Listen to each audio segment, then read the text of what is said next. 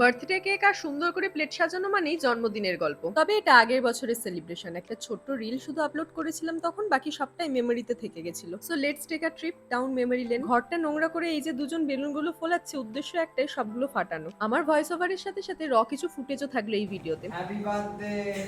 Foundation and concealer সবচেয়ে কাজের gift হয়েছে এই যে রাহুল দিয়েছে একটা, মানে আমার থেকে হাইট বেশি, এটা আরো হাইটে চলে যায়, 9 ফিট একটা রিং লাইট। কি দেখ, আর এখানে মাইক।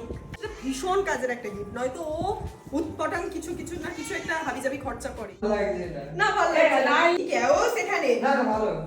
রাত 12টা বেজে গেছে, এখন ক্যাওস হচ্ছে। হ্যাপি বার্থডে মাথায় এটা না না পড় না। এটা ফাটায়। এই না ফাটাবি কেন? Happy birthday. একটা চট। এটা গান লাগাও। বারে বারে দিনে আয় রে তিনটা বাকি দেবে না ক্রিম মাখামাখি না। না না, এখন এটা খুবই ভালো কাজ, এখন ভিডিও শুট করতে হবে। দেখ আমায় মাখাচ্ছে, ভাব। লাইট সাউন্ড চেক করে স্টোরে নিউ সেটআপে ভিডিও বানাবো। রাহুল আজ রাতে ছুটি পেয়েছে, আগামীকাল শ্বশুরবাড়ি রওনা দেবো, তাই জন্মদিনেও কাজে ফাঁকি দেওয়া যাবে না। জন্মদিন উপলক্ষে ইলিশ পমফ্রেট, ইলিশ মাছের মাথা, আর এখানে ভাজাভুজি, এই যে পর্ব চলছে। ভাজা। আচ্ছা, হোক হোক, সবটা কমপ্লিট হোক, তারপর দেখাচ্ছি। ডালও হয়ে গেছে পাঁপড় ভাজা সব আর হয়ে সব গেছে। তোরজোর। এই যে এই মানুষটা রয়েছেন, আগে হয়ে যাক সবকিছু, তারপর দেখাচ্ছি।